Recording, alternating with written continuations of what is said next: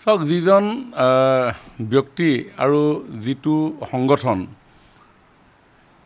মাননীয় মুখ্যমন্ত্ৰী ডাঙৰীয়াক গ্ৰেপ্তাৰৰ দাবী তুলিছে সেইটো হ'ল জমিয়ত উলেমা ই হিন্দ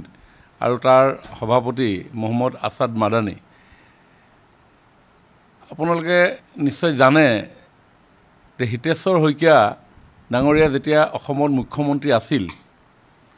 উপায়বিহীন হৈ অসমৰ ৰাইজৰ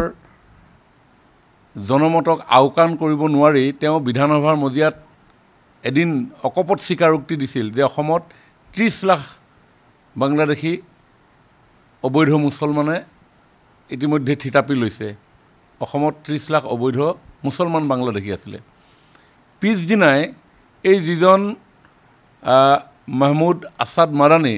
তেওঁৰ দেউতাক তেতিয়া জমিয়ত উলেমা হিন্দৰ সভাপতি আছিল আছাদ মাদানী, তেওঁ ৰিয়েকশ্যন দিলে যে হিতেশ্বৰ শইকীয়াই বিধানসভাৰ মজিয়াত এই কথা উঠাই লওক, নহ'লে একে ৰাতিৰ ভিতৰত কংগ্ৰেছ চৰকাৰ ভাঙি দিম। আৰু পিছদিনা পবিত্ৰ অসম বিধানসভাৰ মজিয়াত এই আছাদ মাদানীৰ হুমকিত হিতেশ্বৰ শইকীয়াই পিছদিনাখন বিধানসভাত ক'লে যে অসমত এজনো বিদেশী নাই। আচলতে এই জমিয়ত উলেমা হিন্দ নামৰ সংগঠন বা আছাদ মাদানী হওক, মেহমুদ মাদানী হওক, এওঁলোক পৰিচালিত হয় কংগ্ৰেছৰ জৰিয়তে। নহ'লে হিতেশ্বৰ শইকীয়াই এটা সংগঠনৰ সভাপতিৰ দিয়া ধমকিত গণতান্ত্ৰিকভাৱে নিৰ্বাচিত হোৱা সেই চৰকাৰখনে ৯১ পৰা ৯৬ৰ ভিতৰত যিখন চৰকাৰ আছিলে, সেই চৰকাৰখনে পিছদিনাখন কৈ দিলে বিধানসভাৰ মজিয়াত আগদিনা কোৱা কথাটো সম্পূৰ্ণ মিছা বুলি, ৩০ লাখ বিদেশী আছিলে কৈছিলে, এজনো নাই। গতিকে কংগ্ৰেছক তেওঁলোকে কণ্ট্ৰল কৰিব পাৰিব, কিন্তু ভাৰতীয় জনতা পাৰ্টি অসমৰ ৰাইজৰ পক্ষত থাকি অসমৰ জাতীয় জীৱনৰ যিটো প্ৰশ্ন, অসমৰ ৰীতি নীতি কৃষ্টি সংস্কৃতি পৰম্পৰা লোকাচাৰ লোকবিশ্বাস ৰক্ষাৰ কাৰণে যিখিনি কৰিব লাগে সংবিধানৰ ভিতৰত, সেই সংবিধানৰ গণ্ডিৰ ভিতৰত আমাৰ চৰকাৰে কৰি যাব। আৰু সেই কাম সন্মুখৰ পৰা আমাৰ মাননীয় মুখ্যমন্ত্ৰী হিমন্ত বিশ্ব শৰ্মা ডাঙৰীয়াই নেতৃত্ব লৈছে আৰু অসমৰ জনসাধাৰণে, খিলঞ্জীয়া জনসাধাৰণে অকুণ্ঠ সহযোগিতা আগবঢ়াইছে। অসমৰ ৰাইজৰ এই যি তেওঁলোকৰ মনৰ যি কথা, সেই কথাক বাস্তৱায়িত কৰিবৰ কাৰণে মুখ্যমন্ত্ৰী ডাঙৰীয়াই কঠোৰভাৱে উচিত সময়ত উচিত সিদ্ধান্ত লৈছে। আৰু ইয়াত কোনো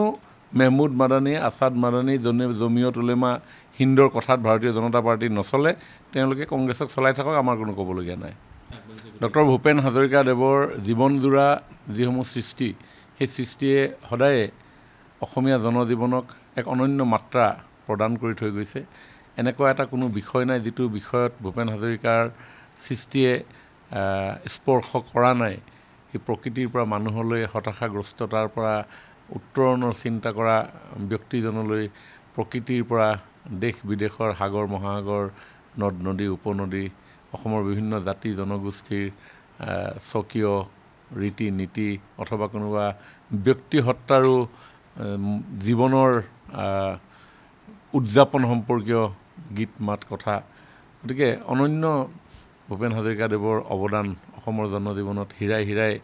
নিহিত হৈ আছে। আৰু এইজন স্বনামধন্য ভাৰতৰত্ন ডক্টৰ ভূপেন হাজৰিকাদেৱৰ জন্ম শতবাৰ্ষিকী অহা ৮ ছেপ্টেম্বৰত হ'ব। আৰু আমাৰ চৰকাৰে, মাননীয় মুখ্যমন্ত্ৰী ডক্টৰ হিমন্ত বিশ্ব শৰ্মা ডাঙৰীয়াই সিদ্ধান্ত গ্ৰহণ কৰিছে যে চৰকাৰে বছৰজোৰা জন্ম শতবাৰ্ষিকী উদযাপন কৰিব।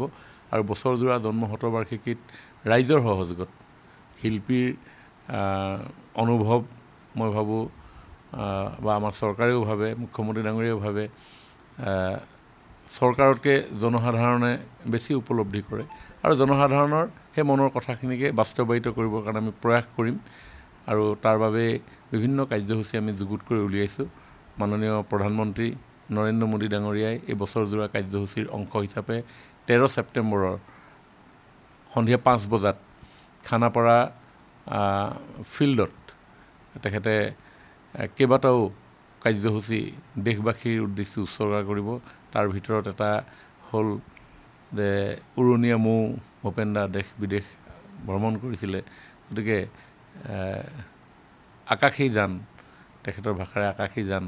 ডিব্ৰুগড় বিমান কোঠত আকাশী যান চলে দেশ বিদেশৰ লগত সংযোগ স্থাপন হয় আৰু সেই ডিব্ৰুগড়ৰ মোহনবাৰী বিমান কোঠটো ডক্টৰ ভূপেন হাজৰিকা আন্তৰ্জাতিক বিমান কোঠ হিচাপে সেইদিনাখন নামাকৰণ কৰা হ'ব আৰু তেখেতৰ স্মৃতিত এটা মুদ্ৰা প্ৰচলন কৰিবৰ কাৰণে আমাৰ চৰকাৰে সিদ্ধান্ত গ্ৰহণ কৰিছে সেইটো দেশবাসীৰ ওচৰত অৰ্পণ কৰিব আৰু অন্যহাতে ভূপেনদাৰ বহুকেইটা কালজয়ী চিৰসেউজীয়া গীত অসমৰ বিভিন্ন প্ৰান্তৰ বিভিন্ন প্ৰজন্মৰ শিল্পীসকলে একত্ৰিতভাৱে 1000তকৈ অধিক শিল্পীয়ে আনুষ্ঠানিকভাৱে পৰিৱেশন কৰিব আৰু সেই প্ৰধানমন্ত্ৰী ডাঙৰীয়াৰ বৰ্ণাঢ্য উপস্থিতিত অনুষ্ঠিত হ'ব লগা সেই সভাখনত সমগ্ৰ অসমৰ বিভিন্ন প্ৰান্তত যিসকল সন্মানীয় কলা সংস্কৃতিৰ লগত জড়িত বিশিষ্ট ব্যক্তি আছে তেওঁলোকক আমি আমন্ত্ৰণ জনাম অন্যহাতে ভূপেনদাৰ সান্নিধ্য পোৱা ব্যক্তিসকলকো ভূপেনদাৰ জীৱনকালত যিসকলে ভূপেনদাৰ একেবাৰে কাষৰ পৰা পাইছিল ভূপেনদাৰ এই সৃষ্টিৰাজিত যাৰ সহযোগিতা আছিল সেই সকলকো আমি নিমন্ত্ৰণ জনাবৰ কাৰণে প্ৰয়াস কৰিছোঁ আৰু অন্যহাতে কোনোবাই যদি সেই অনুষ্ঠানত উপস্থিত থাকিব বিচাৰে এটা আমি পৰ্টেল মুকলি কৰিছোঁ আৰু সেই পৰ্টেলটোত এপ্লাই কৰিলে আমি ঢুকি নোপোৱা কোনোবা এজনে হয়তো আমি তাত তেওঁকো আমি ইয়ালৈ নিমন্ত্ৰণ জনাব পাৰিম আৰু সেই পৰ্টেলটোত ভূপেনদাৰ সৈতে যদি কাৰোবাৰ কিবা স্মৃতি আছে সেই স্মৃতিসমূহো পৰ্টেলৰ জৰিয়তে জনাব পাৰিব ছবিয়ে হওক অন্যান্য সামগ্ৰীয়ে হওক গতিকে খুব বৰ্ণাঢ্য কাৰ্যসূচীৰে আমি ভূপেনদাৰ এই জন্ম শতবাৰ্ষিকী সমগ্ৰ অসমত বছৰজোৰা কাৰ্যসূচীৰে আমি পালন কৰিবৰ কাৰণে প্ৰয়াস কৰিম অসমৰ ভূমিপুত্ৰসকলৰ ভিতৰত অন্যতম এটা বৰ্ণাঢ্য শক্তিশালী জনগোষ্ঠী হ'ল বড়ো জনগোষ্ঠী আৰু বড়ো জনগোষ্ঠীৰ আধ্যাত্মিক চিন্তাৰ সৈতে সাংস্কৃতিক চিন্তাৰ সৈতে জড়িত হৈ থকা এটা সাংস্কৃতিক সমল সেইটো হৈছে বাগৰুম্বা আৰু সেই বাগৰুম্বাক আমি দৰ্শনীয়ভাৱে আমি বিশ্ববাসীৰ আগত তুলি ধৰিবৰ কাৰণে আমি প্ৰয়াস কৰিছোঁ বড়ো সমাজৰ যিসকল অগ্ৰণী সামাজিক সংগঠন আছে সেই সংগঠনসমূহৰ নেতৃবৰ্গৰ লগত আমি আলাপ আলোচনাত মিলিত হৈছোঁ প্ৰতিটো বিষয় বাগৰুম্বাক কেনেধৰণে উপস্থাপন কৰিলে নিখুঁতভাৱে আমি উপস্থাপন কৰিব পৰা যাব এই বিষয়ে মুখ্যমন্ত্ৰী ডাঙৰীয়াৰ অধ্যক্ষতাত আমি এই আলোচনাৰ পাতনি মেলি পৰৱৰ্তী সময়ত বহুবাৰ তেওঁলোকৰ লগত আলাপ আলোচনাত মিলিত হৈছোঁ আৰু ইতিমধ্যে তেখেতসকলৰ পৰামৰ্শ অনুসৰি আমি এটা আৰ্হি ইতিমধ্যে প্ৰস্তুত কৰি উলিয়াইছোঁ আৰু সেই আৰ্হিটো আমি সমগ্ৰ অসমত বড়ো অধ্যুষিত অঞ্চলসমূহত বড়ো বাগৰুম্বাৰ শিল্পীসকলক বিশেষ প্ৰণালীৰে আমি তেওঁলোকক প্ৰশিক্ষিত কৰাই আমি সৰু সজাইত আমি সেই বাগৰুম্বাৰ বিশাল অনুষ্ঠানটো আয়োজন কৰিবৰ কাৰণে ইতিমধ্যে কাম কাজ আমি হাতত লৈ আগবাঢ়িছোঁ